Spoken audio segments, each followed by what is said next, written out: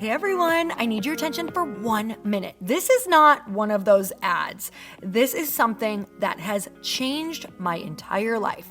If you've been listening to this podcast, you know that this is all about personal development as the foundation for everything good in your life. And this podcast is now sponsored by Growth Day, which is the world's first all-in-one personal development app. I mean, oh my gosh, can you imagine having everything all in one place that you need to create the life that you want? Now you can. So if you've been struggling with your motivation, your mood, your productivity, or your purpose, you have to check this out. Growth Day helps you consciously change your life and achieve your potential. It has all the self-improvement tools, motivational classes, and life coaching all in one place. So many of us want to improve our lives, but the question is how? Where do we start? What do we use? How do you get unstuck? How do you make self-improvement stick? Well, research shows how. It's when you consistently journal, track your habits, set goals, learn from empowering mentors, and challenge yourself that you'll be happier, healthier, and more successful. But let me ask you something. Where do you actually do all of your personal development work? I have to tell you that over 300,000 people use Growth Day for a reason. It works. It's the world's #1 software for self-improvement. Growth Day has an amazing mindset journal that I absolutely love, a habit tracker, and a goal-setting system. In fact, I bet if you went to my stories this week, you probably saw me using the journaling app and telling you to do it too, because it's the first time that journaling has ever actually stuck consistently in my life because of this app. And best of all, Growth Day has live inspirational classes every single week from the world's top motivational speakers and life coaches. These are people who have impacted my life in huge ways. These are mentors who I already knew and loved. In fact, this is something that's so huge for me, you guys. I personally teach a class in Growth Day every single month, and it is one of the most fun things that I get to do, and I'd love to see you there.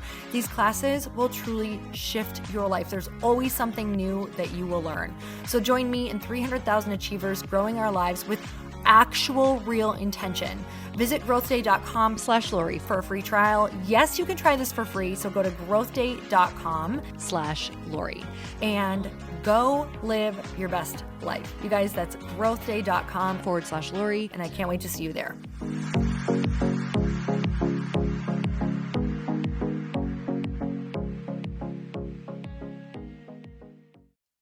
Hi, everyone. I'm so happy you've tuned into the show. Whether you have listened before or you're brand new, I'm so grateful for you. You have no idea. And this episode is brought to you by my Become Aligned course.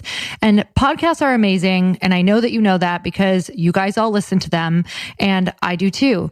And sometimes they are not necessarily enough, because while we're listening, sometimes we're passively listening and we're not actively listening. So the reason that Chris is my husband, the reason we've created this course is because we get asked so many questions outside of the podcast on how we started living the life that we live now, a life of happiness, of abundance, of really understanding that life is always full of problems every single day, but there's always a solution. And how do we shift back into a mindset that's going to keep us happy, keep us together, keep us successful, and keep us in thriving relationships? And that is what our Become Aligned course is about. You guys, we cover everything from mindset to the rituals that we do every single day. We talk about different energy sources that's really going to provide you with lasting energy. We talk about your purpose and what that actually means, what it is, and how it's ever changing. We're going to tap into your beliefs. We're going to show you how to build a tribe to support where you're going. And we're definitely going to talk about wealth, abundance, money, all of the good things, and how to sustain all of this. Because while, like I said, podcasts are absolutely awesome, you don't necessarily sit down and actually write out a plan for yourself. Because as much as I can sit here and tell you on the podcast what we do and how many different people that I can interview, it's important that you actually learn how to apply these things in your own life. So if you've been listening for a while and you are ready to go deeper and you really want to get some direct training and be able to dive into your life and yourself and your mindset, this is the course for you. I don't know about you, but I absolutely have points in my life where I don't know where I'm going. I don't know what I'm doing. Sometimes I hit walls where I don't necessarily feel happy anymore, and I haven't sat with myself long enough. I haven't really let myself think. I haven't written out how I actually feel. And so many people who took this course said that it was completely life-changing, and they revealed a lot of things about themselves, about their lives, about their relationships that they weren't really looking at or they were avoiding. And it's about having those tough conversations, not only with other people, but really with yourself, and knowing that you have the tools and the access to the tools. And we're going to teach you all of the tools that you need, not only to move through things, but to actually thrive on the other side. So you guys, I would love for you to join the Aligned community. It's such a special group of human beings, and you get lifetime access. This is 9 different modules where you're going to be working through each area of your life at your own pace. So you might need something on abundance. You might need more on, money. You might need more on your purpose, on your tribe. This is where you can really go deep on exactly what you need and make sure that you're not missing any of your blind spots. If you are feeling stuck, or if you are wondering how everyone is doing it and how they're managing it all, this is a truly honest course about how to have a thriving life and manage and deal with all of the different problems that do come up in your life, and understand that not everyone is going to support you and not everyone is for you, and you are not for everyone. And that's okay. It's finding your people. It's forgiving yourself. It's creating a life of abundance and choosing your own purpose and your happiness. So you guys, you can go to becomealigned.com. That's becomealigned.com. And you guys know that because you're listeners, I'm going to give you an awesome deal and an awesome discount. And I cannot wait to see you in that community. And also let me know if you join, because it is such an awesome community. And also, I'm really proud of this course. Chris and I poured our heart and our soul into this. Everything that we've done, everything that we've learned, we've invested so much into ourselves that this is everything that we have applied in our lives. And if you want to know how we've done it, we put it all on the table. We've put it all in this course. So if you want to know, go check it out at becomealigned.com. So let's get into the show. And I think people often assume that we all maybe do the same thing, and sometimes we do, but it's really hard to learn how to be a director. Welcome to the Earn Your Happy podcast. I'm Lori Harder, founder of The Bliss Project, 3-time fitness world champion, fitness expert, and cover model turned self-love junkie, lifestyle entrepreneur, and author. Each week, I'll bring you a guest or a thought that will help you bust through your fears, connect to your soul, and get focused and clear so you can elevate your life, business, and relationships. We don't wait until we're ready for someone to tell us we're good enough. We take what we want and we anoint ourselves.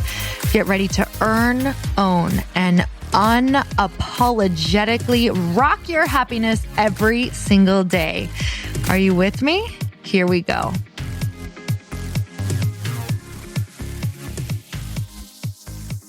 Welcome back to the podcast. This conversation and guest just blows my mind. Not only because this woman is so crazy talented. And when I say crazy talented, you will learn in just 1 minute. But she is the coolest homegirl. So unassuming, so fun, and just completely the girl that you would want to be best friends with. And I think that was just the most beautiful, amazing surprise for me, is when I got to meet her at a lunch event that I was invited to from Jacqueline Johnson of Create and Cultivate. I was invited to a lunch outing with 20 other women. And I sit next to this woman who I had just essentially met because we met online. And it's so cool, you guys. She had tagged me in Insta stories that she was reading my book on her honeymoon. And I was like, who is this girl? Like, she has got all these amazing pictures with all these incredible people. And first of all, her wedding dress was just to die for. So I was just roped in by the wedding dress, which I talk about the story in the podcast. But I have to tell you that I had no idea what she did for a living, because she was so kind and so freaking awesome and so interested in what I was doing that I was like, who is this chick? Okay, well, let's share. Let's just talk. So my guest today is Hannah Lux-Davis. She is an award-winning American filmmaker, best known for her acute attention to detail, striking imagery, and iconic vision.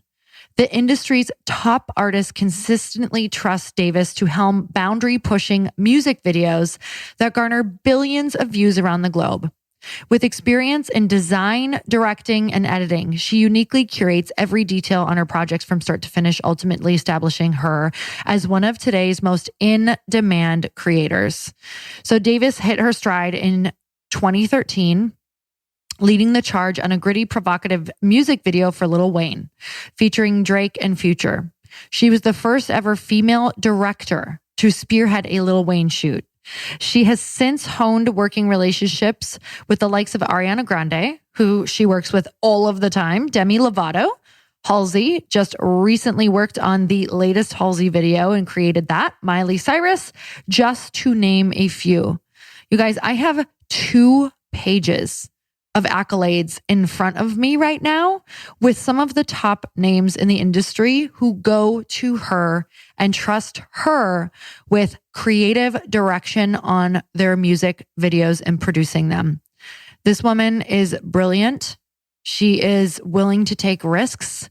She is so smart, and you will learn exactly how she's become so successful is not only because of her beautiful creativity, but her mindset, how she treats people, what she believes, how she lives. This could not have been a long enough conversation for me. I wanted about 4 more days with her. So you guys, let's get started. I just want to say I'm so excited to have you on the show. This is so exciting because I got to sit and get to know you at an awesome lunch that Jacqueline Johnson had for Create and Cultivate, or she was doing some different projects. And I was so excited to see you there because it was like a friendly face that I had known from Instagram. I was like, please, Lord, sit by me. Yeah. Let's talk. We both went into that kind of like, I wonder if we're going to know anybody here. And then I saw you. I was like, don't leave my side. Okay, great. It's so funny how like you can be out in the world doing like all the things, but you get into a space where you don't know people. And it's that still that awkward, oh my God, are people going to like me? What do I talk about? How do I be interesting? Who are these people? Please help me. So tell just like everybody else's friends, then you're like, yes, the odd person out. Yeah. So what do you do when you walk into those situations? Like, what's the mental thing that's going on in your head, like on the drive down? Are you just like, well, I'm just going to see like what magic unfolds? Or are you like, oh God, what am I doing? I mean, that one in particular, and like, I guess for most events like that, I usually don't go alone, I guess. Yeah. It's like not like the best, I don't know if that's bad or good advice to like, be independent or whatever. But like, I usually, like, I think only in recent years have I been like, okay, I have confidence. I feel good about like what I bring to the table. I feel like I know, I feel like confident in myself, or I've established myself in this and this and this and whatever. And that I open up like any sort of conversation, I feel like that, just start any conversation and I just feel like I just kind of remain open. Yeah. And really, I want to go into those situations curious and like talking to people and like getting to know who these people are. But really, it just depends on, you can get a good feel for a sense of person like pretty much right away. And I think that to really, you kind of have to just like trust your gut and go with like the first couple instincts of just like interactions with somebody. And you can be like, okay, is this somebody I want to continue talking to at this event? Or do I want to like kind of move on and like see who else there is? And I think that you can tell right away also who kind of has like a cliquey vibe.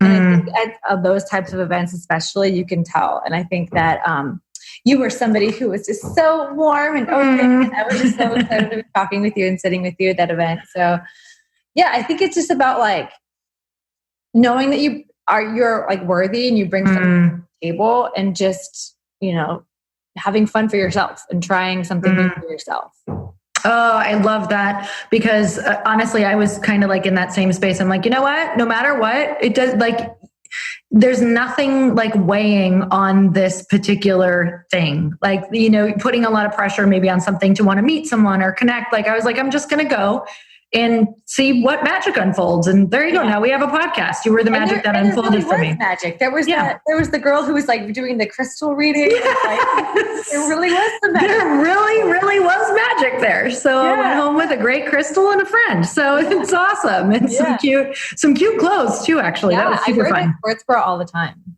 So do I. That's really fun. Yeah. Super comfortable. Yeah. You got an awesome kick-ass sports bra out of it. Sure does. Okay. So I'm just going to ask you like a few rapid fire questions. So you're recently married. Yes. Like how long ago? We got married September 4th, 2018. Okay. How'd you guys meet? We met working together 8 years ago. Oh, wow. Awesome. Yeah. He was producing a video and I was directing that one, but we met a few years earlier than that, but we really met, 8 years ago. So was it like right away, like, oh, who is this guy? Or were you kind of like, I am working, get away? No, it was right away. Like I got into his car for a director's scout and I sat in the back seat because there was somebody in the front seat, and I sat in the back seat and I looked over at him and we like exchanged a look. I knew like right away. Like I knew right away. But the first instinct was, or my first like thing that came over me was, where has this guy been? Like we should have been best friends our whole lives. Like, yeah. That's what I thought like right away. Like was like best friend. And then we got to know each other. And I'm like, oh, you're going to break up with that girlfriend you live with. And I'm going to be your new girlfriend. We're going to be together forever. That's so funny. That was kind of like with my husband. I wasn't thinking of him as a husband at all. I was just like, this guy he's like such an amazing friend. I'm pretty sure I friend zoned him, but he was just always there. And I ended up falling in love with him afterward. So yeah, it's kind of, which is so cool, isn't it? To like be married to your best friend. Okay. Yeah. So you guys got married in Paris, right? Yeah, we got married. Okay. So why there? We took like a trip for a work trip and we had a layover in Paris. We were in Morocco doing a project and then we had a layover in Paris and we ended up just having like the most perfect day walking around Paris. It was in May of 2017 and it was just a beautiful, beautiful, beautiful day. We walked like 14 miles. We went shopping. We ate good food. It was just like the best. And we were walking around and I hadn't been there since I was in like 8th grade. We were walking around and I was like, God, this city is so beautiful. And there really is just so much magic in the city and love. And like, it's just like such a stunning place. It literally took my breath away. I think I got like teary-eyed. And so we weren't even engaged at this point, but we'd always been like, talking about like, oh, wedding, marriage, blah, blah. And we ended up getting engaged in Tulum a couple months later. And we were starting to plan a wedding in LA. And we were like looking at venues, and the style of venues we were looking for were very like Parisian and just like, that sort of vibe. And so we were talking about like the wedding guest list and the costs and everything. And we were like, we should do a destination wedding. We should just do a destination wedding. And then, so we ended up going to Paris and finding a venue there and deciding that was the spot. Well, I have thoroughly enjoyed looking at all of your wedding pictures, especially your dress. So you guys, it's worth just going to her Instagram to go and like just fantasize about. I feel like I'm looking at the Knot or something, like a wedding site. I'm like, this is so much fun. It was kind of a dream dress. It was a one-of-a-kind Galia Le Havre. And if you've tried on wedding dresses, you know that like Galia Le Havre is like top tier. And it's like, what happened, funny story about the dress is it was like in January and I was like definitely a few pounds heavier because of all the holidays, blah, blah. So I was trying on dresses in January And I ended up buying the second dress I tried on. Yeah. At the first place I went to at Gali La Havre. And I was like, there's nothing better than this. I'm going to buy this dress. So I ended up buying this dress. And then like a month went by and I was kind of freaking out. I was like, did I really just buy the first dress? Like what? And I literally freaked out. It was kind of like literally I had like a panic attack about it. I spent so much money on it. I was like, why did I just do that? I knew I loved it, but I just wasn't like sure. And so then I ended up going to like 10 different wedding places or wedding dress places. And I tried on probably 10 dresses at each place. Yeah. And in that process, I was able to determine like what it was I liked and didn't like about all sorts of wedding dresses. Like, oh, I need like white. Oh, I need like a high cinched waist. And that's going to make me look like more cinched in. And I needed like a big poof and just like all the things. Right. Yes. And it took me a long time to like figure out, you know, what it was that made me feel like a bride. You know what I mean? And I just felt that this first dress I bought was a little princessy, a little too young, but it was like stunning. And I can tell it was quality, and it like putting it on, like feeling the way it felt on my body. I was like, this is really, really good quality. So I knew I like had got a great dress, but then I ended up going back to the Gali La Havre place.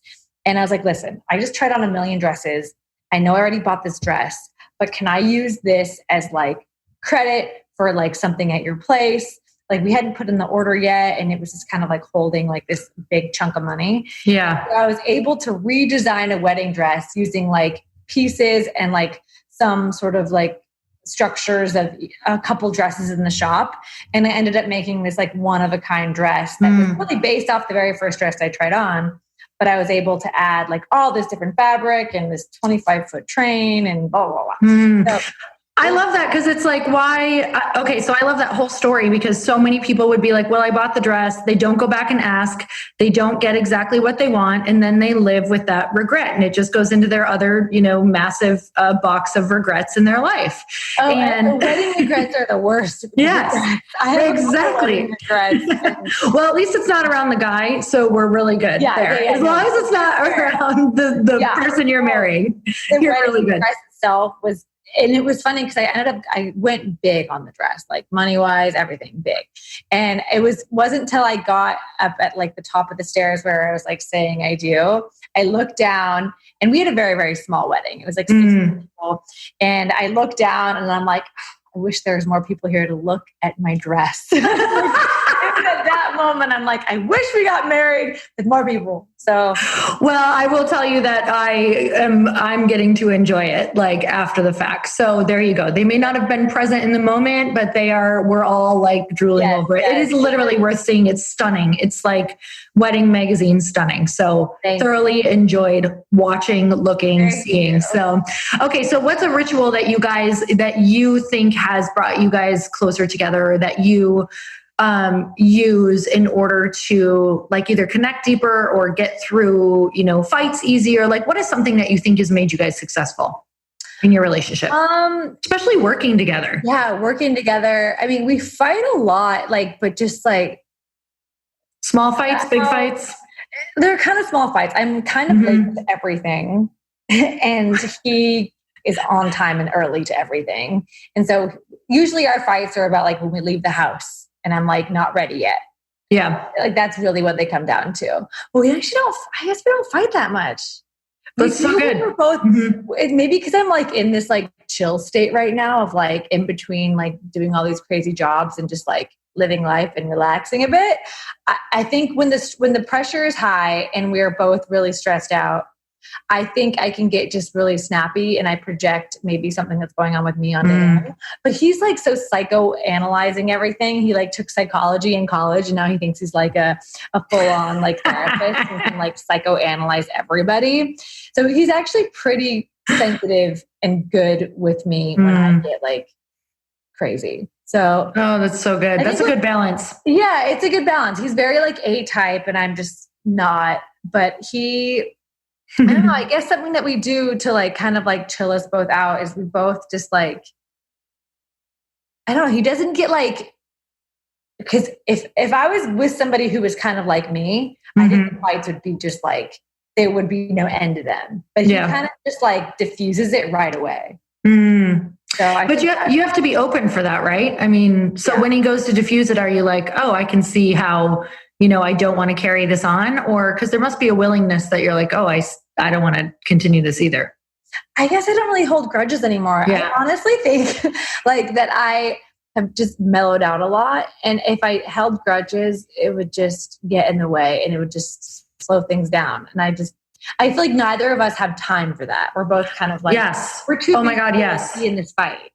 This is a conversation I love having. I talk about it all the time because it's kind of like, I think when you really get into your purpose and when you do get really busy, like you just don't have time for the small petty stuff anymore, whether it's in your relationship or whether it's in your friendships or whether it's online. I'm like, I just don't even have the energy for that. Like I can't even look at it. Even that, like, I don't have time for the energy for something. It's like, even like going to an event where you don't know somebody, I don't have the energy to like feel too stressed out about it. I'm just gonna go and like enjoy whatever I can. I'm going to eat the food, drink the drink, whatever, do the thing. And like, and just enjoy whatever I can because I don't have time to like be miserable. Yeah, no, because you're so busy in doing what you do that it's like that's where all of your energy is going. So let's chat about that a little bit because I love getting into the brains of creative people, especially I think I just heard you say that you are not type A, but you have to direct a lot of very large people and potentially egos, maybe not. Oh, yeah, like how do you function? Okay, first of all, why don't we, if you can just break down kind of what you do and how you got into it quick so that everybody can hear. Yeah, for sure. I'm a director of music videos, commercials, films, documentary, branded content, and I have been living in Los Angeles for about 15 years now from Seattle, Bellevue, Washington. And you may have seen some of my work. Most likely. With Ariana Grande. I directed her Thank You Next video, 7 Rings, Break Up With Your Girlfriend on Board, Breathe In, Side to Side, Bang Bang, just to name a couple with her. And then I also did a documentary with Demi Lovato called Simply Complicated, and that was through YouTube. And I did an ESPN Plus series with soccer player Alex Morgan, the World Cup champion. And I did some work with Kylie Jenner for her skincare line. I am just kind of, I guess a content creator, but very much a director and editor at heart. And I am looking into directing features, and I've been reading a ton of scripts and just really trying to get into that next thing and do something narrative. And I have a couple of projects that I'm developing, and I am living in Sherman Oaks, California. I have a cat named Kevin and a dog named Rexy. Kevin! What's the dog's name? My dog's name is Rexy. Kevin and Rexy. Oh my God. I'm just a little obsessed with the name Kevin though. Like, yeah. And it's for a girl. Cat. Kevin is a girl. Yeah. That is amazing. So within that, before we go back to the other question, what feels fun for you right now and what doesn't feel fun? Like what feels heavier for you? What feels fun is learning how to cook. Oh, awesome. Yeah. What are you loving to cook? I am taking cooking lessons. I have this friend of mine who I met, and I met her through Demi Lovato, actually. She is a private chef, like a celebrity chef, and she teaches like paleo principles. So like no grain, sugar, all that sort of thing, no dairy. And just because I feel like I'm not like trying to be like super one thing or the other, but it is actually it makes me feel good eating like that. So I like to do it. That doesn't mean I won't have like pizza or whatever, or like actual real sugar every now and then, but if I can choose to eat healthier, I might as well learn those while cooking. So, especially if you can make it good. Yeah. Oh my God. And everything is so good. And it's so like, it feels like I'm like learning how to make comfort food, which I love. Oh, heck yes. So I'm not like I'm not like totally crazy where I'm just eating like protein and kale and spinach and just that, I'm very much like loving cooking and eating and, enjoying that whole process of like having snacks in the house as like, you know what I mean? Like that's comforting. Yes. So I'm loving that. Like that's something that makes me really happy right now is learning how to cook. We're hosting Christmas this year for the first time. So fun to be able to like be a good host and like that sort of thing. But what's feeling heavy? Well, you know that phase when you've done all these things and you feel really confident in one area, and then you have to transition into something else. Yes. That is feeling heavy. Like for me, yes, I am established in music videos. Mm-hmm. I have, a lot under my belt. I've directed hundreds of music videos at this point. And, but this transition into narrative and like feature length, that's something that's kind of feeling heavy. Like, I really need to get started. Like, I really need to take this seriously. And like, I really got to like study up and do the work. And what I mean by do the work is reading scripts is work. You know what I mean? And seeing if you can understand story, seeing if you can, visualize it, and just really brushing up on just like, directing actors and just kind of getting myself ready for when those opportunities come up.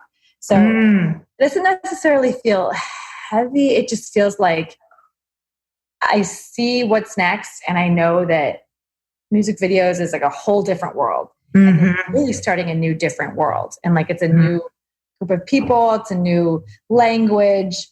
So yeah, it's a transition.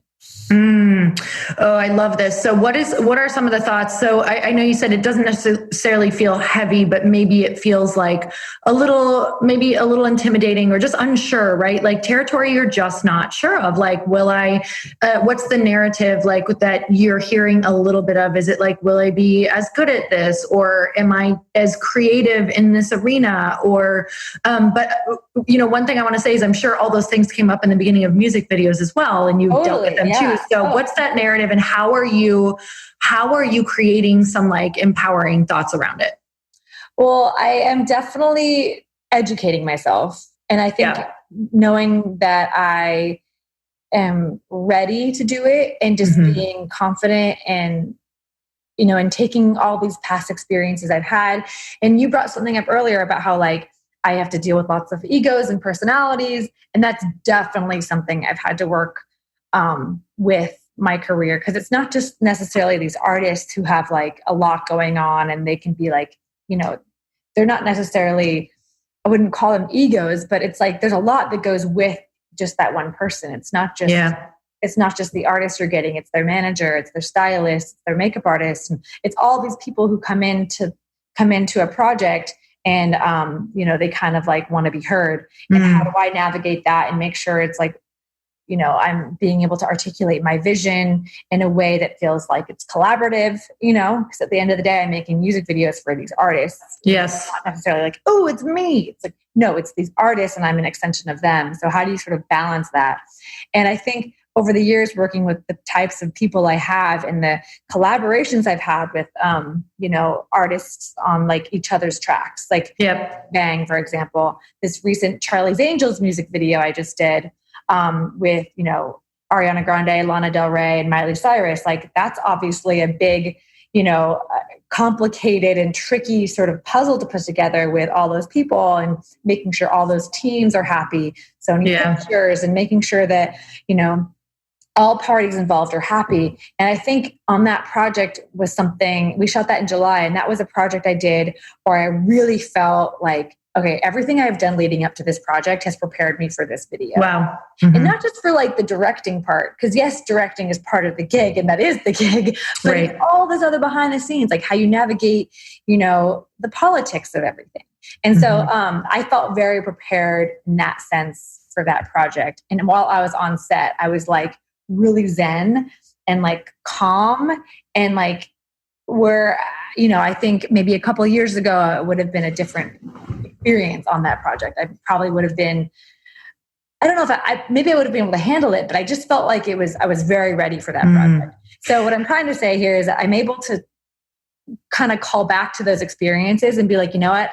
I've put in the work. I know how to handle these types of situations. And it really is. It's hard to describe these types of situations unless you've really been on set. Right. These things, but just know that there's a lot of politics, making sure everybody's happy and feeling seen, feeling heard, that sort of thing.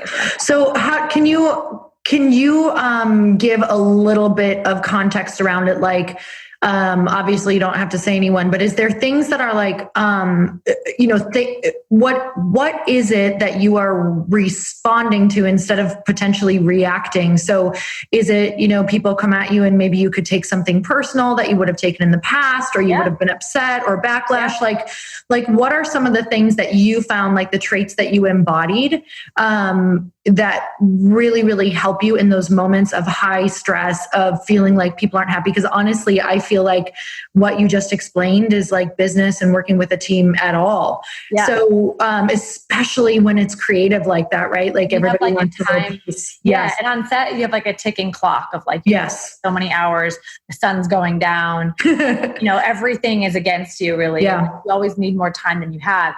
But that's a great question. I feel like you really get good at listening, and you really like and just sort of like making sure people feel heard and seen. And I think that just comes with like having a thick skin and being able to feel confident in expressing my own opinion on something, but then making sure they feel like they're being heard and that I'm allowing them to be themselves. Because so do you actually say out loud, like, I totally value your input, but here's why based off something? Yeah. It's a lot of like, how do you word something in a way to where they feel heard and seen, but then also explain like maybe why something can't happen. And here's what we can do instead. And just kind of making sure everything is positive. The last thing somebody wants to work with is somebody who's like, oh no, we can't do that. You know what I mean? Like you always have to be willing and to like sort of like problem solve. And I think that and like also problem solving isn't just coming from me. It's like I have to have a really great team around me. Yeah. And so I think now with experience, I'm able to like find and like or like have a better understanding of what it is that I need to do my job the best I can. And that comes down to who am I going to surround myself with? My first AD, what type of energy do they need to have in order to make the client feel good and to make me feel good. And there's certain people that I call on for certain things. And I think that just comes from experience with, being in a situation with that person, or just knowing how busy am I, to where like, I need somebody that I can like look to and be like, I need you to cover for me for a second. I have to do some VFX notes in the trailer. So just like cover for me. I'll be right back. He's got his eyes on the set while something's being set up, and I'm able to like do my thing. So it's kind of like a balancing game of just all sorts of things. How do you not get stuck in things that potentially feel like they're going wrong and like starting to spiral into the negative? And like when you go home at night, let's say you have another day or two left and you have to like reset, like you just have to let go. I think of this all the time, like watching football. I'm like, you can't be a good football player if you let the last play get in your head. You have to just like move on like it never happened. So how do you move on and keep it really positive? Because you kind of are the heartbeat of what's going on. And I'm guessing that's why you keep getting asked back to do these massive projects, is because it probably feels good. So what do you do to like let go, move on, reset, stay positive? Yeah, that's a great question. It's so funny that you brought up football and like bringing up the last play, because I play on a softball team. Oh, awesome. And, like a co-ed softball team. It's slow pitch, so it's very foreign to me because I grew up playing fast pitch. And I used to play catcher, and like in slow pitch, that position doesn't exist anymore. But yesterday we had a game, and I kept striking out because the pitch was so high. And I hadn't struck out since like the very first game a couple years ago. And I was like, that's it. If I strike out one more time, I'm walking off the field. I didn't come here to be bad at something. It's like co-ed fun softball. And I'm like, right, and you're pissed. And I was pissed. I'm like, I just want to have fun right now. So for that, I did not handle myself well. But with work, I think and I say this all the time, like with my husband and like people I work with, I'm like, man, every job I do, I learn some crazy lesson, like some huge lesson. Like, and it's usually about communication. Like, I didn't communicate this correctly, or I didn't communicate this clearly, or I really should have taken more time to communicate this thing. And like, here's the perfect example. I was doing the Ariana Grande Thank You Next fragrance commercial, which is out. And I Colleen Ballinger. She was the girl who, she's like a big YouTube girl. She's like, really awesome and a great actress. And she's Miranda Sings, if you know who that is. She was in the music video and she was pregnant, like for real, with her baby. And she was in the video and she was like, such a funny character. And so we brought her back for the Thank You Next Fragrance commercial as kind of like a through line with like some comedy. And instead of her being pregnant, we had like a fake baby because she obviously already had her baby. And we had a fake baby for her to wear in like the baby Bjorn situation. And we had a fake baby. And I didn't think about what was the baby going to wear. Like for whatever reason, I'm like, it's going to be covered in the baby Bjorn. And I just had the stylist grab some baby clothes. But I didn't check up on what's the baby's head look like. Is it going to look fake? Do we need to make sure we have a hat? Like, like one of those, like a little hat. Yeah.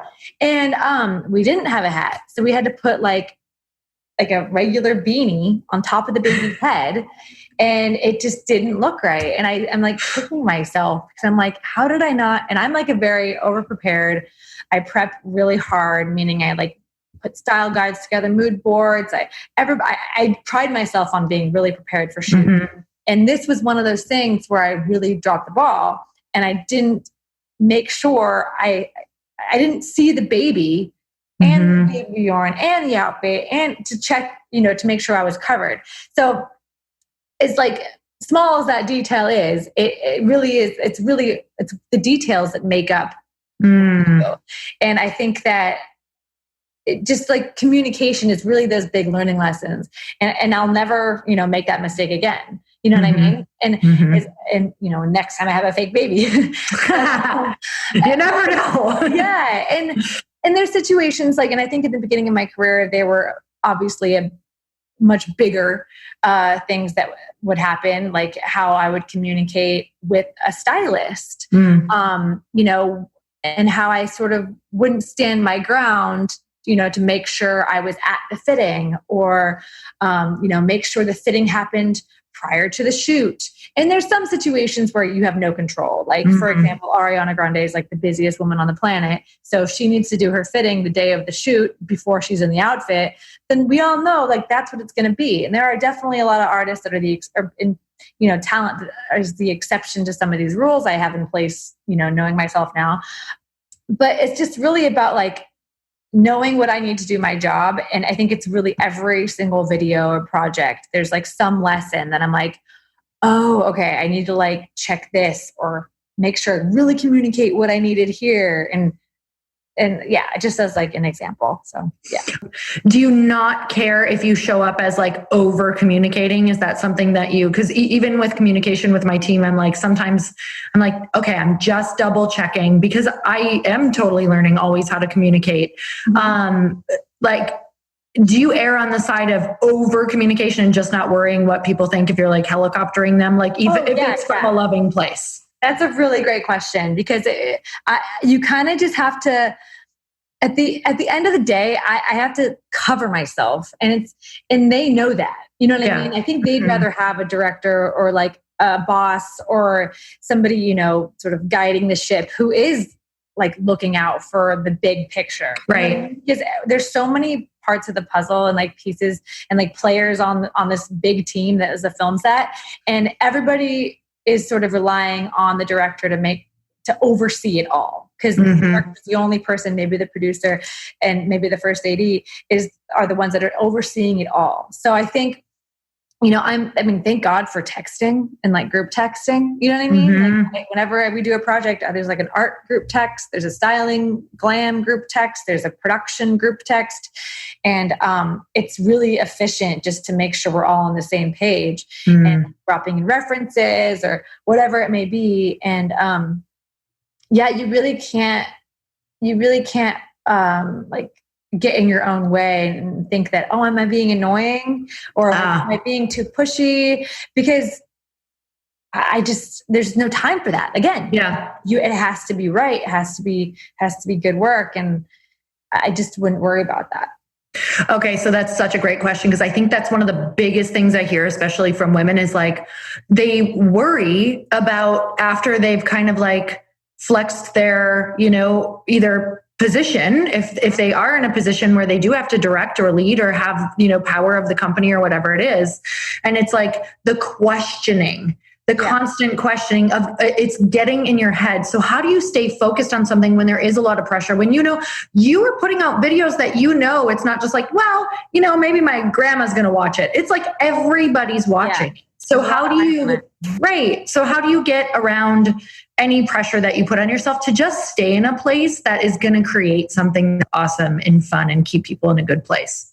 Yeah, I think, I take my job very seriously. And I understand that what I do, like I said earlier, is very much an extension of these massive artists. Yeah. And I take, these moments and these budgets and, very seriously. And something that Ariana would always say, like, if I was ever, not really pushing back, because I would never really push back per se, but if we're like talking about some shot and she's unsure if she likes it, she'll look to me and be like, it's my face on there. You know what I mean? Like, I just can't, like, if I don't feel good about it, I'm not going to do it. And like with the way she looks in a shot or whatever it may be. Mm-hmm. But I think there's a way you can communicate that is productive and is positive. And I think that I like to work with people who I, respect. And so I think right away, just sort of laying it out that like you want to empower the people you're working with. Because the last thing I want to do is work with somebody who's a yes person, who's not going to bring anything to the table. Yeah. So I think right away, if you're in a situation like that, it's like I like to open it up with like, I want to be really collaborative and I want to empower you to make decisions. Obviously I want to see everything and like, I want to like approve it, but I empower you to bring your all to the table and bring me something that I maybe would not have thought of. And I like to just be very collaborative, like in all aspects, because obviously on set, there are times when I just have to put my foot down and be like, this is what we're doing. This is what we're going to do. Everybody needs to be quiet because we'll be in crunch time. And like people know when that is. And if you've been on a set, it's like a very, there's a crunch time a lot. And I think that, there'll be times when I'm on set and I'll yell, I don't care who you are on this set. Everybody be quiet. Like, there's times when you have to do that too. And I think that you just have to know when those moments are, and you just have to be, like, I'm not like a dictator director. I like to be, I like everybody to have a good time and feel like they're a part of something special. And so I think if you lay that groundwork of the type of director you are, the type of boss you are, and then you won't be running into issues of people, just sort of kind of not listening. You know what I mean? Okay. I'm loving this. So there's so many points that you just said that I can see to even be more clear on in my life. So right away, even starting off with like, probably when you connect with your team in the beginning, like here's what I'm really looking for. Here's what I love. Here's how we can set these ground rules. Like, here's, when it's crunch time, here's what it's going to feel like and look like. And, no, I love you. And we're going to keep this positive, but we're also getting this done. Like, this is serious business while that's so, just even stating it. I think that we forget to state it and we just make all of these assumptions, that people will just understand or whatever that is. Yeah. And going into it. In my job, we have like a tech scout, and a tech scout is really where you go and look at the location. All the heads of the department are there. So we'll go and we'll be like, okay, this is where we're going to shoot this scene. This is what's going to happen. This is who's in it. This is what I want it to look and feel like. This is what I want the lighting to be like. And, usually we go and there's like a treatment. So there's like a whole plan of like what it is we're shooting. And that everybody's read that and understands that before we get there. And then from there, I say what I want right away. And I'm like, this is what I'm looking for. This is what I want to do. This is the goal here. And then I kind of open it up. I'm like, all right, so what can we do? How can we make this great? Let's work together here. Because you really are, you want to lean into the people that you hire to like do their best work. And I would just be getting in my own way if I didn't allow that. Yeah, I love that. So how do you know when you're working with, different team members who you empower to bring you great ideas, but maybe have they gone through phases where they're not bringing you great ideas and you just kind of, when do you know you're working with the right people and when you're like, okay, it's just not a fit for me? Yeah, that's a great question, because a lot of what we do in this industry specifically is we work with a lot of different types of people and all different positions. And I think something that I want to make sure I'm working with somebody who's positive and also is like gonna really bring their all to whatever that project is. Like if, for example, I was shooting something in New York a couple of years ago, and the DP, it was this girl DP, this female DP, which is like, it is very rare to find a female DP, cinematographer. And her name is K.R. Ismendi, and she was a DP that I'd been wanting to work with for so long, and she's really hard to book because she's always booked up. And she just really put like everything into this project. And in a way that, I mean, most people do, but this one in particular, it was in New York. And so it was a very ambitious one-day shoot. And we just had like a full, like couple days of meeting, like very intense meetings going through all the different, setups and lighting ideas and coverage and this and that. And she was just so committed to make it amazing. And you can just feel when somebody just gives their all and is like bringing references to the table and just like really with you, you know what I mean? And what I mean by that is just, you just feel like they have your back and they want to know as much as they can about what you're thinking. So they can, again, be an extension of you. And what I mean by that is like be an extension of me, the director.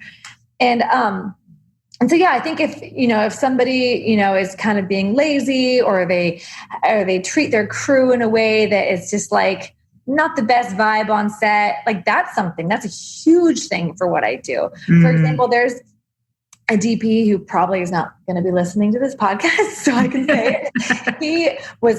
He did not have a good attitude in front of the artist. And it was really bringing that artist down. And she was not happy with his attitude, the way he talked to the other crew members, the way he directed some of the background talent, like if they were in his way, which he has no business really talking to them.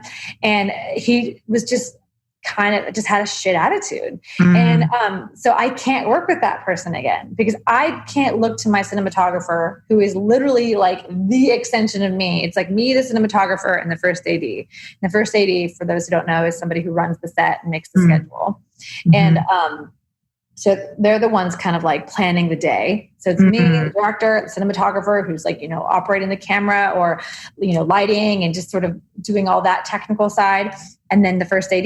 And if I look to my cinematographer and he's just got a defeated look on his face, or just like, he's just not with me and like, is not like up on his feet or her feet, like ready to go. Like, I just can't work with that person because I am already dealing with a lot. Like I have the artist that I have to like take care of. And the last thing I need is to take care of a crew member. So when you're like vetting for next time, because I'm sure you work with new people all the time, potentially as well in that.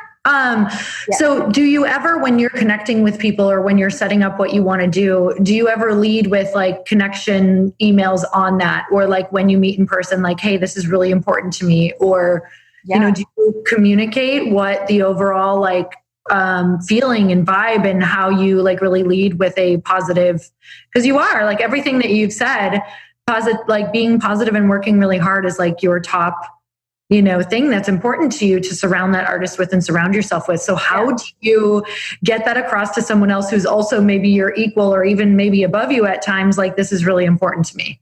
That's a really, really great question. It's something that I'm actually still navigating the best approach for, because it is hard to know what that person's going to do until you're in those situations. That's true. You're not really going to know if that DP has a lot of stamina until like, after lunch. Are they going to have the same attitude they did in the first meeting?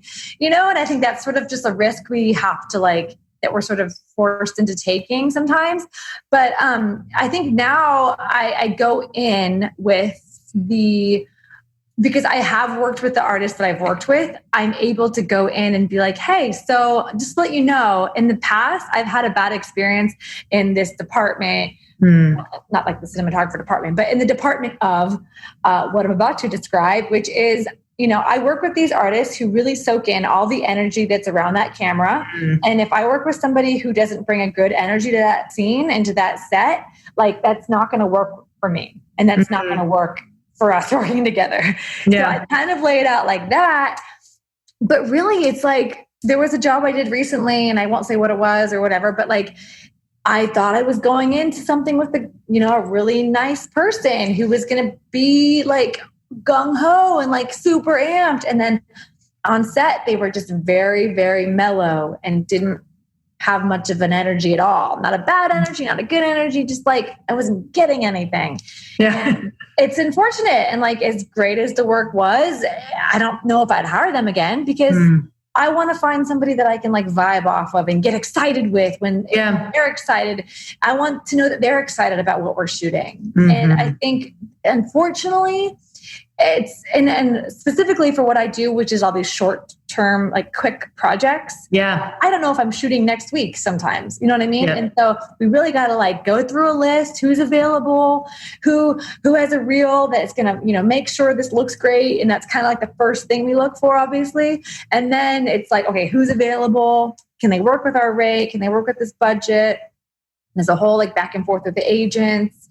And then you kind of have that first phone call maybe, and then you meet them at the tech scout sometimes. And you don't really know until you get on set what the vibe is going to be. But I can tell you that if I was doing a feature length or something of, a multiple day shoot, I think, I would definitely, for a feature, I would have meetings with them prior to hiring them. I would, hopefully have shot something short form with them before.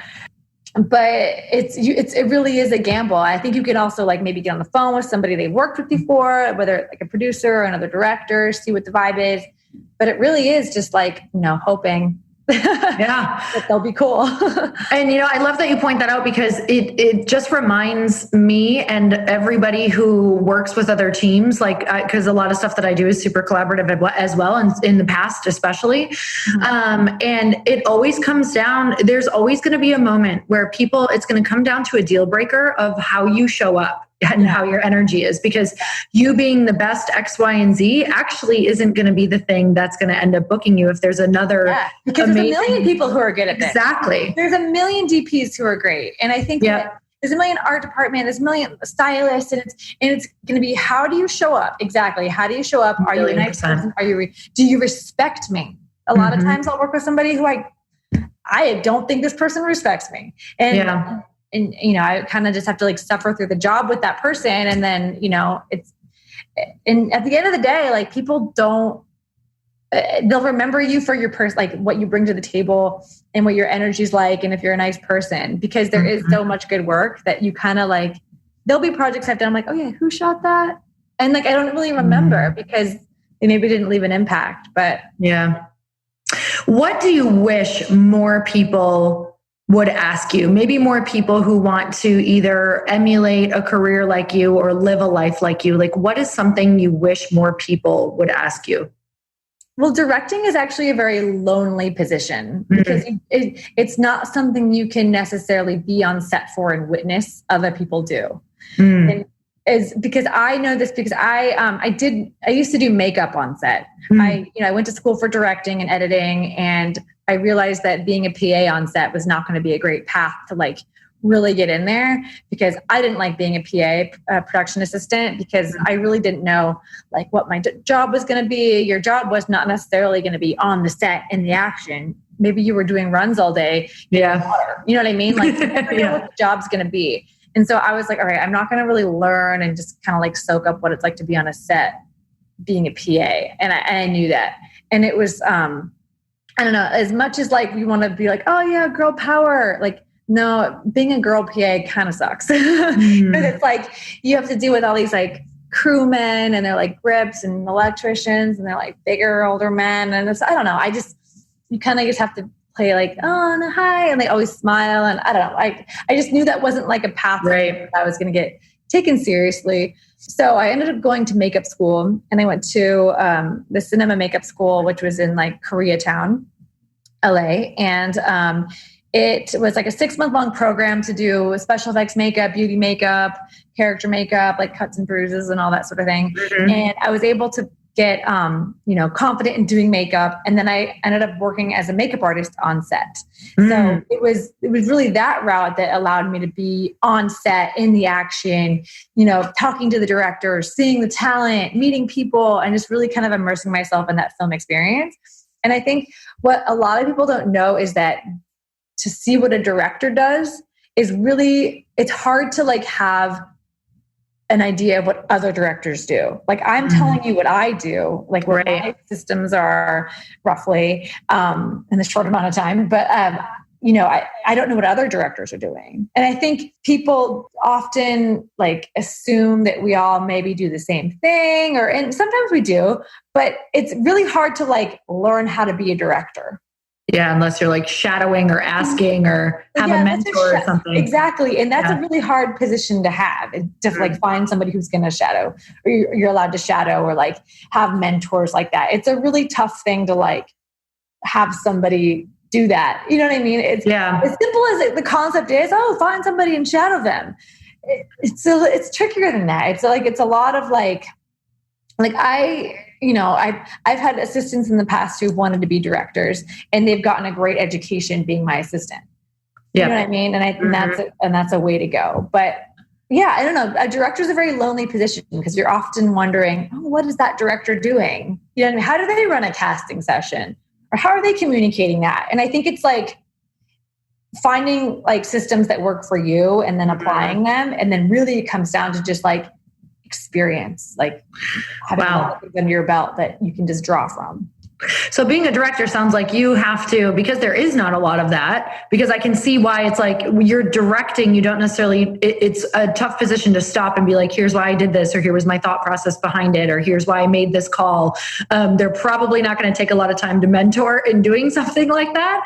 But it sounds like a position of such like, so I'm loving what you're talking about because you have a level, I don't even know if you're aware, but I'm guessing you're super aware because you are so self-aware of your level of self-trust and the ability to just let go and make peace with whatever decision you made and learn from it. Yeah, and it's a lot of like so freaking powerful. It's directing is like basically decision after decision after decision. Like, and it's how those decisions come together that make the final thing. It's like simple as that sounds, you know what I mean? Mm-hmm. It's really, I'm not the one physically lighting it. I'm not the one physically building that wall. I'm not the one physically dressing the talent. You know what I mean? It's just decisions I'm making that are, that I'm communicating to others, and those decisions coming together makes the outcome. And it's really, it's trusting your gut and trusting your eye, and all of that just takes practice. Yeah. So that makes me ask just about, the first time that you had a big project. What was it where it was like all you? And first of all, how did you even, it's kind of a thing to be a female director. Like that is a big deal. What is it like to be a female director in a sea of not, like how many other female directors are there that you know of who are kind of playing at your game level? It's funny because I think that now more than ever, there are more female directors. There's so many. And it's because, the generations before us, like in music videos specifically, there was like 5 other female directors that were like a generation above me. Okay. And I think that, I saw them and I always say, I can always remember the female directors before I remember the male directors because they're the ones that like stand out to me, obviously. Right. I'm like, oh, wow, cool. But I really do feel like now more than ever, there are more female directors. There are more females interested in filmmaking because they're seeing other females and they're like, oh, okay. It's a whole idea of like, if she can see it, she can be it. And I really do feel that like, with this whole Me Too era and I feel like there is, a need and want for that female perspective. And brands and artists and studios, they're all recognizing that female perspective it's not just like crucial to like, filmmaking and like, culture, but people are really demanding that. Yeah. So I think that's also calling for more female directors and female filmmakers. And something I say, and I've said this in the past, just like, yeah, I get it. It's a hard job. It's a really hard job. You know what I mean? I don't know. Like it's a lot of pressure. It's a lot on your body. And as females, we don't just get to like roll out of bed, put on an outfit and go and like be all about the work. We have so much other stuff that like we should prioritize. I mean, not should, but like I choose to prioritize because it's how I put myself out there in the world, working out, like eating healthy, hair, makeup, cool clothes, whatever that may be. It's just, it takes a lot to do all of that and do all this work. And, I sound like an idiot, I think, by saying that, but like, I don't know. I feel like it's so much easier, I think, for guys to be fully just like about the job. You know what I mean? And again, and I think this industry is, you have to be so all in like that. Because there's just so many hungry people in this industry and things move so quickly, and you have to just always be at the top of your game. And I think that, it's hard to do it all. And I think, I don't know. I'm just not one of those people that can just like roll out of bed or roll the set, like not having worked out or this or that. Like I have to do all those other things to feel my best so I can come to the table and like do my job. So yeah, but it's possible. So something that you were talking about earlier was obviously, some of the burnout that's happened because you did just have such an incredible level of things on your plate and awesome projects that I'm sure you're so excited about. But at the same time, there can be something, as too much. And so tell me about, when that moment hit, when you were like, wow, even though this is all great, like there is such a thing as too much. And then also, I just want to hear about how you are able to, because I'm sure it's really easy to get caught up in the identity of being on top, like, being wanted, making sure that you're at all the things and you're not missing out. So how do you balance that? Because that is really huge, especially once you get on top, there's a lot of pressure to stay on top. Yeah, there really is a lot of pressure to stay on top. And I think especially in the music video industry, because in the music video industry, it's like, you have to be doing like the cool projects, the cool artists. And like, it's hard to maintain a level of quality. And I think that comes down to just having a really great team. Again, it's like, it's not just me. It's like, I'm with a really great production company called London Alley, and not just a production company, but we also run post. I mean, everything is like in-house. Like they handle all the post side. I edit most of the videos, and then we take it to a color place where they color correct it and like do all those polishings. And then we'll do beauty and effects somewhere else. But like that process of like, who handles it to send it to that person, who handles it to send it to that person, who's communicating the label for final delivery. All of that is being handled at our production company. And I wouldn't be able to do the volume of stuff that I do if it wasn't for, that well-oiled machine of the company backing me. And I think that comes, and same with like the types of projects I take. I have a really good rep, and he's really good at like sort of being like my coach as I like get into some situations that may be tricky. How do we balance like, okay, I'm not available for that job, but I don't want to like brush that person off. Like, how do we like balance how we communicate to people so I can still like do great work? How do you choose between projects? Like that sort of thing. So yeah, that again, I think it comes down to just like having like a focus of sort of, all right, is this a money job? Is this a cool artist that I want to work with? Is it a cool idea that it's like flexing a different muscle for me and showing off the side of me? I didn't mean to lead with the money job part, but like it is also a factor. Those are all decisions. Yeah, it's a business that, at the end of the day, and like, can we pull off something for this artist that we haven't seen before? Is the budget gonna fulfill that need? Like, am I gonna be able to make this artist look their best with this amount of money? If it's not the right money, then like it's not the project that I should be doing. And not in my pocket, but just like what's on screen and like the tools and things you need to make that person look better than they did in their last project. And that sort of thing are all things that I factor into how I take work. I don't remember what your first part of your question was, though. I'm so in it with you, but that made me think about like where the importance of, we talked about resting and how but it sounds like you kind of know when you're not going to be your best and where you have to communicate. Like, even though I want to do this, like it's not going to probably be my best work. Not saying that necessarily, but knowing that, Yeah. And I think that comes down to, I think if it's tricky in terms of timing, if there's a budget that can support it, Yeah. Usually it works out. Okay. Because you can hire the right people to like help you do the job. And like, yes, for example, like there's that whole like trifecta. It can't be fast, cheap and look good. You know what I mean? Yes. That whole thing. Yeah. It could be like two of the three things. Yep. So like, okay, let's say we have a shoot next week, but, it seems really impossible and we're just now getting the job awarded and we need to shoot next week. If there's not enough money to pull that off that quickly, we shouldn't do it. But it's actually a healthy budget, we can do it. Yeah. So that kind of goes into it. For sure.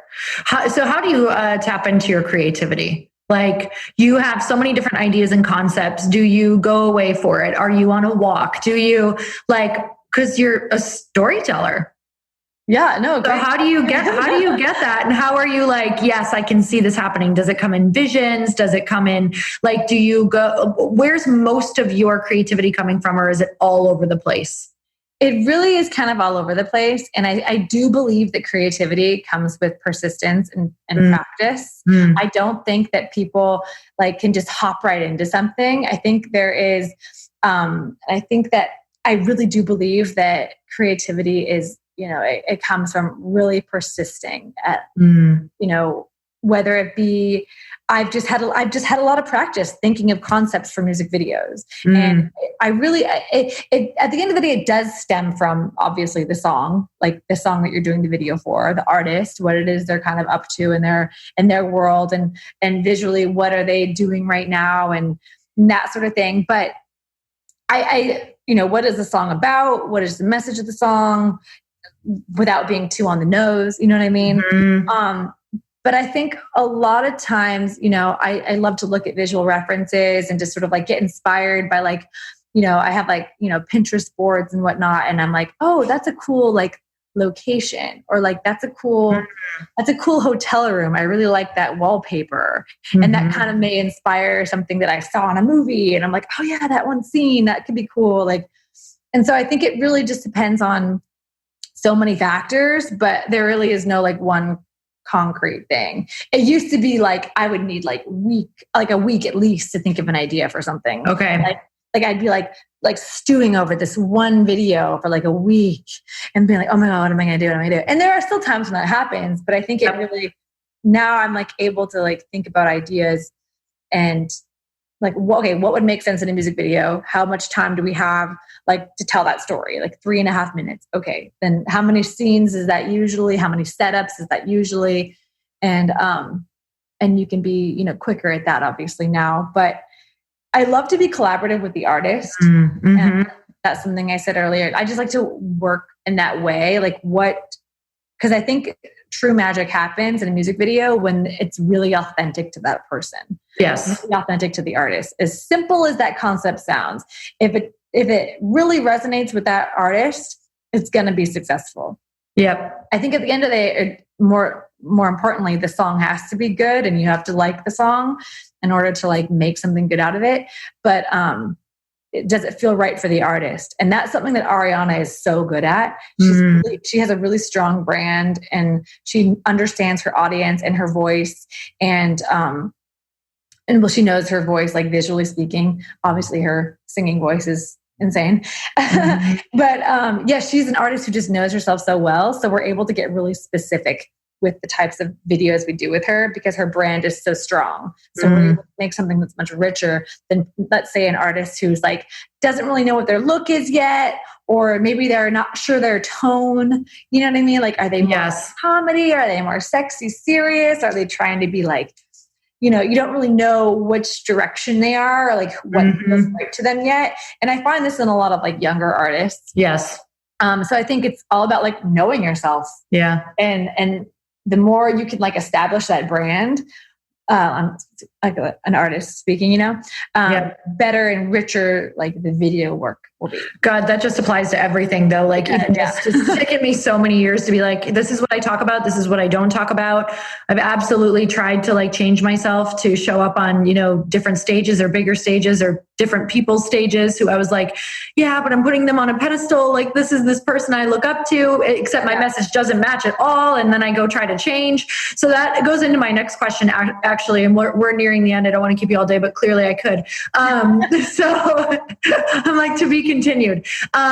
So have you ever, and I think in the beginning you do have to do some of this. So I'm curious what you think, like take jobs that totally aren't a fit and you kind of like show up on set and you change who you are and you're kind of like, oh God, this just doesn't even feel right. But what does that ultimately, like, how did you start to recognize what does and doesn't work for you? Like what feelings show up and what like shows up in your body and your mind when you're just not in alignment? Yeah, that's a great question. There's been some projects where I've taken the job and I think it's one thing and then it ends up being something else. And I'm just like, and that comes down to, let's say, okay, there's this one job I'm thinking about in particular. I won't say the name, but I remember like, I got all these sort of red flags and I should have like stopped it sooner. Can I ask how those come up? Because that's so important. Like when you're getting red flags, you're like, okay, not sure, letting that go. What are they that's coming up in your mind? I think a red flag from the beginning before the job even awarded was that they wanted to work with this other director and they had this other idea, this other treatment they wanted to do. Got it. The label didn't think that director could pull off a video of this size yet. But the artist was just so gung-ho about this idea that this other director had done or put together in this treatment. And the label was like, we'll just have Hannah do a version of that treatment or spin on it. And I put together a treatment and it was always kind of veering back to what this other person had done. And I was like, I don't think that's very cool. Like, obviously, like I said, I'm collaborative. I want to make sure they feel heard and seen. And I want to make sure they are getting a video that actually feels like them. So who am I to really get in the way of that? All I can say is like, here's what I think. Here's what I think would be cool. We can work in elements of this, but I do think this is going to be a really strong look for you. And, we get to the rehearsals and everything's going okay and everything's going fine. And then on set, everything kind of just is not syncing up. They're not trusting me when I think something's great. Yeah. And they are just don't have a really confident attitude on set when it comes down to like, I guess really respecting me and trusting me. Maybe there's like kind of talking with the stylist away from me and they're not really telling me how they feel about something or they're asking other people what they think, but they're like not asking me. And that was just weird. I could tell, I'm like, this is not going well because this person is truly not like recognizing that I'm bringing something to the table or like respecting my opinion and why am I even here at this point? You know what I mean? And, yes. And I could tell within the first scene that it was like that.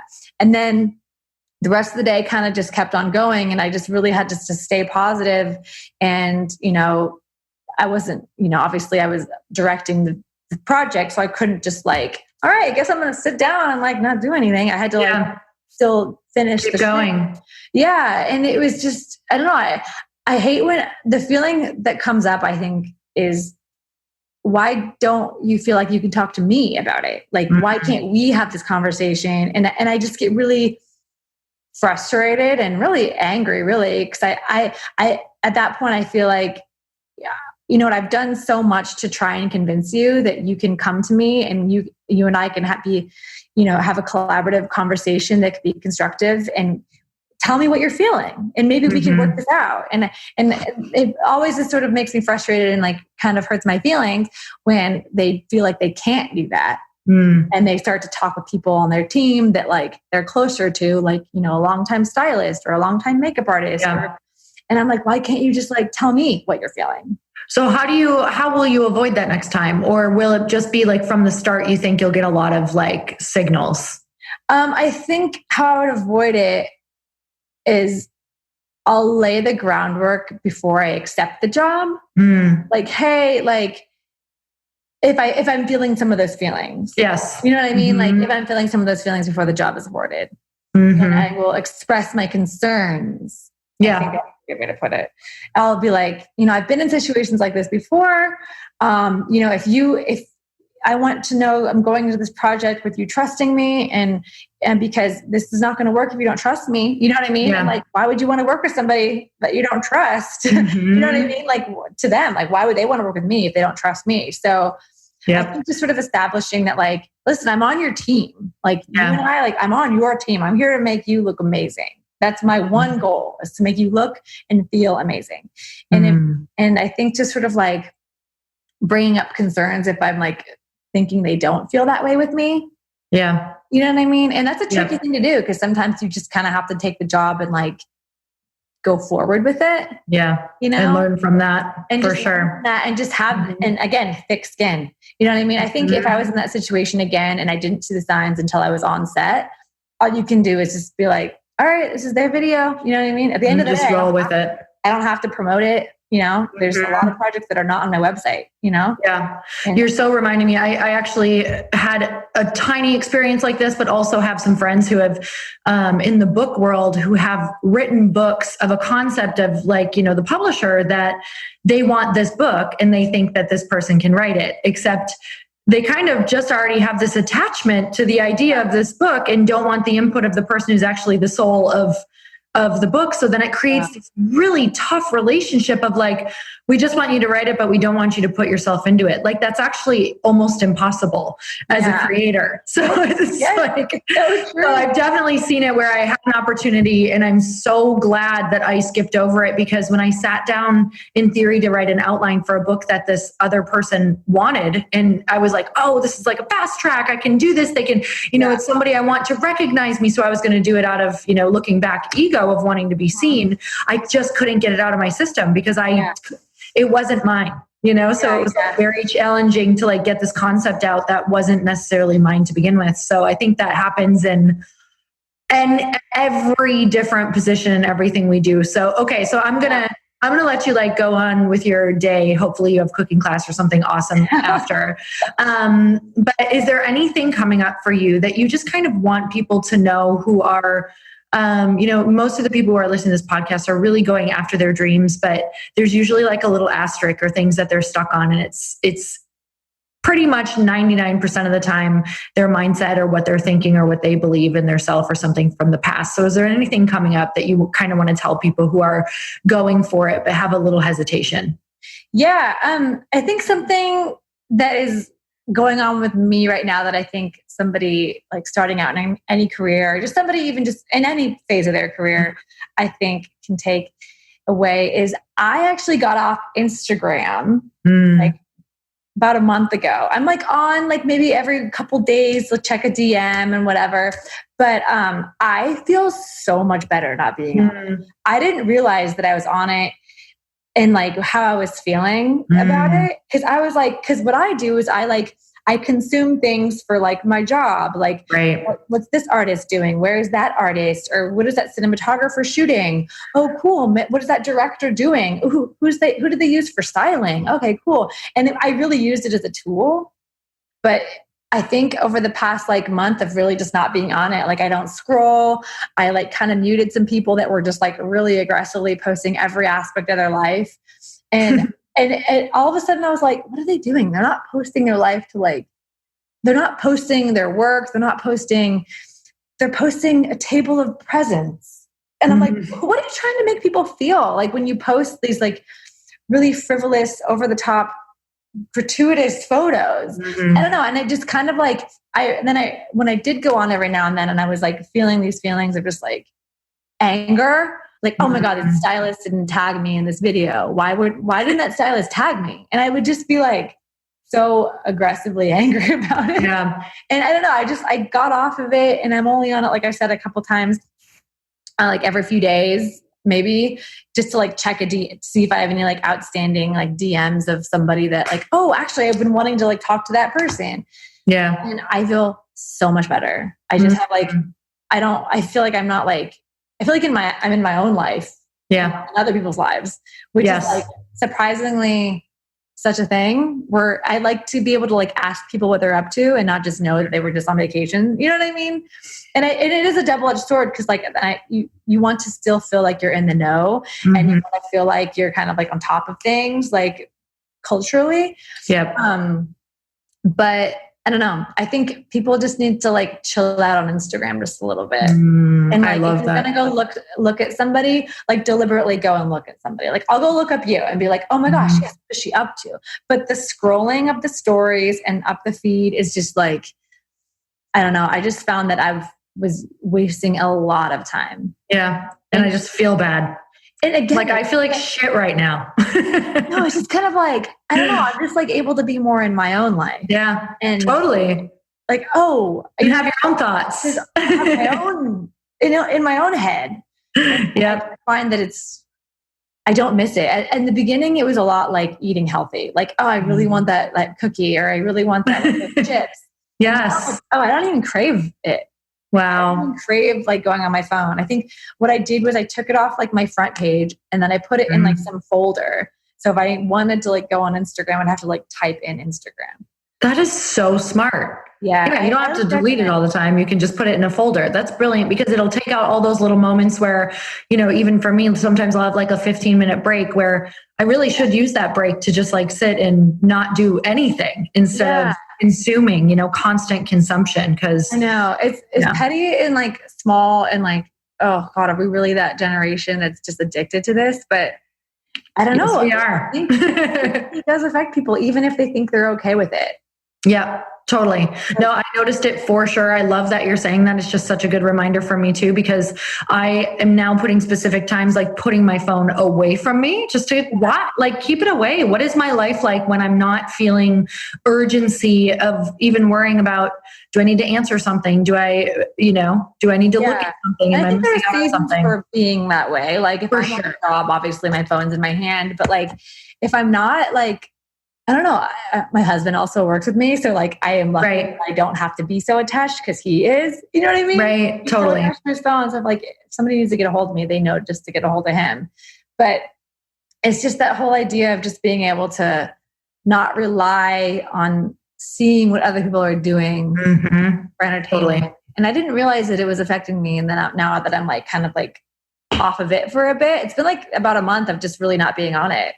Wow. And I'll post and go, you know, and I think that's obviously, I know it's not the nicest thing to like post my own shit and then like bounce out of there, but I get the purpose of it for work, you know what I mean? And I get that like I need to like, it's your portfolio and like supporting things and people. And I totally get that. And I see the importance there, but I think for sanity, we don't need to be scrolling as often. Like I think mental health above. Yeah. Mental health above all else.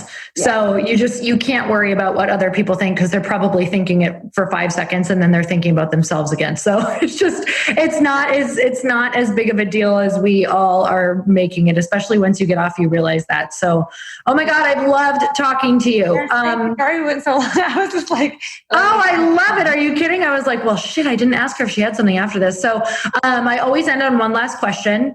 And that is, what's my last question here? Okay, here we go. You are in passing with a total stranger. So whether it's like on a sidewalk for like 30 seconds or in an elevator, like literally it's just 30 seconds and it's a total stranger and they look at you and they say, how do I make myself happy? What do you say? Oh yes, I love this question that you do. As simple as it sounds, do things that make you happy. As simple as that is. What makes you happy? Like do something that makes you happy. Amen. I know that's really simple, but like, well, it's kind of the key because I don't think enough of us are asking what makes me happy. And we're definitely not putting in the calendar. We just wake up and we do the same thing that we did the day before. Yeah. So I absolutely love that because I ask myself that all the time. What it is that makes them happy. Just find more, like do more of those things that like deep down in your core make you happy. Yes. Amen, sister. All right, you guys, if you love this episode as much as I did, make sure you text it to a friend right now, share it with a friend, and until next time, earn your happy. Bye, everyone. Thank you guys so much for spending this time with me on the Earn Your Happy podcast. I am so glad that you stopped by. If you could take 1 second to share this episode with someone you think would love it, that would be absolutely amazing, and we would be forever grateful. Also, please leave us a review if you feel so moved by going to iTunes and leaving us an honest thought, an honest comment. Tell us what you think. Tell us what you want to hear more of. It would really help us out on our journey to helping thousands and thousands of people. Until then, don't forget to earn your happy. Thanks again, guys. Bye-bye.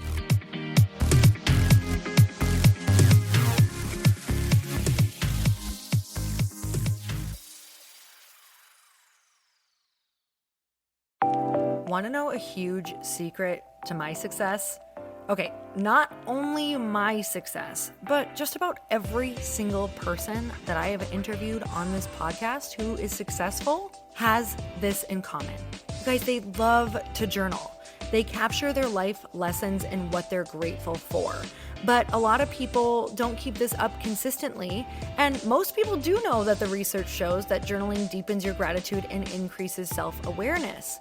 But did you also know that journaling decreases stress and helps you achieve your goals faster? In fact, journaling is a huge differentiator between average performers at work and high-performing people. It leads to longer-term clarity, confidence, and success. So why don't more people journal? Why didn't I journal consistently? Honestly, they don't like staring at a blank page. It's hard to carry a book around with you or a notepad, and they just don't even know what to write about, or they just forget. That's why I know that you're going to love Growth Day. It's the world's #1 system for self-improvement, and it's like all-in-one personal development in an app.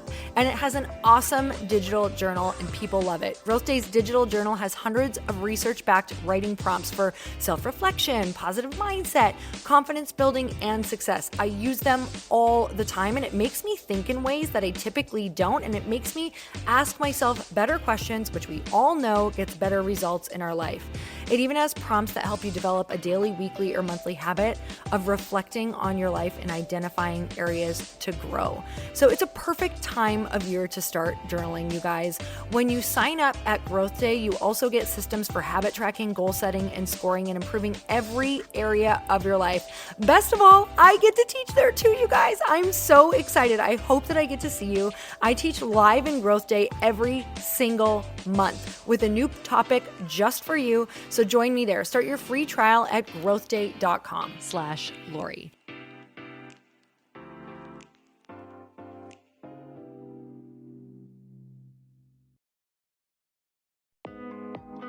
Hey, thanks for listening to the podcast. And I want to make sure that you have my phone number, and I'm not kidding. Did you know that I have a community text number? For real. My phone number is 310-496-8363. This goes directly to my phone. All you have to do is text the word daily to 310-496-8363. And I literally text you every single day, Monday through Friday. I actually just got done 30 seconds ago texting a bunch of people back, and I talk to you all of the time. You guys, people always ask me how I got my community text number and how it works. Well, all you have to do is you can just go to community.com and get your own. Community makes it easy to get a phone number that you can use to build your audience using text. People just text you at your number and they're added to your group. Then you can text them out audios, video links, anything you want. You guys, I text out happy birthday videos. I love to send podcast links, thoughts about life, book recommendations, different events that I'm doing in the local area. Texting gets me out of the noise of social media and directly into your hand. And now you can start texting your people too. Just go to community.com to get your phone number. They give you a 10-digit real phone number, not those weird short codes that look like spam, but it's more than a phone phone number. Your new number comes with an inbox for SMS and texting. This means you can actually manage your text list from your computer and an app on your phone. You can schedule texts to send at certain times and to certain groups. You can even set up auto replies or let your assistant or customer service team answer your text messages via Community's awesome dashboard. Just go to community.com and ask for a free demo. They'll show you how it works and get you your number.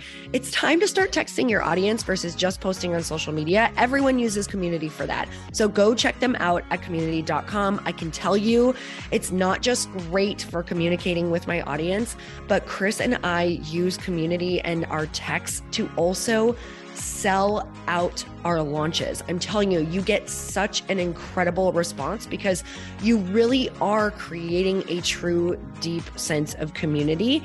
And it's so intimate. It's freaking amazing. Go check it out at community.com.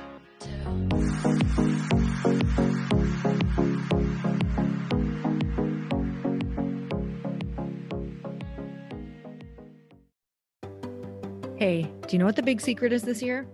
And it shouldn't be a secret because this should be your biggest focus. It is building your community. I am always working on building and nurturing my community, and everyone is talking about the power of community. Without an online community, you just cannot grow organically or create a real movement, which is what I know that we're all after. And you can build trust or monetize your audience. When you get community right, not only does your audience grow faster, but so do your sales. But where's everybody going to be managing their communities these days? And a lot of online entrepreneurs and thought leaders are turning to Circle.so. Circle is an all-in-one community platform. It lets you host content and create discussions, live streams, group chats, and memberships all under your own brand. And what's so cool about Circle.so is that you don't even need a website or Facebook group. Instead, Circle lets you build your own community site where you can host content and manage your members. You can even create locked and unlocked content spaces, groups, and classes. How freaking cool is that? You can put your content behind a paywall too, and you can charge different amounts of money for different spaces on your community site. Circle.so is famously easy to use, and it has a free 14-day trial for you, so you can go check it out, see if you like it, see if you love all the options. Just go to Circle.so. Go check it out right now, you guys. Imagine being able to manage your community, start group chats and live classes, and accept payments all in one place. Kind of mind-blowing since this is usually spread all over the place. You have to log into so many different things. If this is the year to capture, organize, and monetize your community, head over to Circle.so. You can get a free trial and start building your online community right now. Just go to Circle.so. You guys, you get the 14-day free trial. So just go and see if it's for you. It's going to streamline everything and make your life so much easier. It's so freaking cool.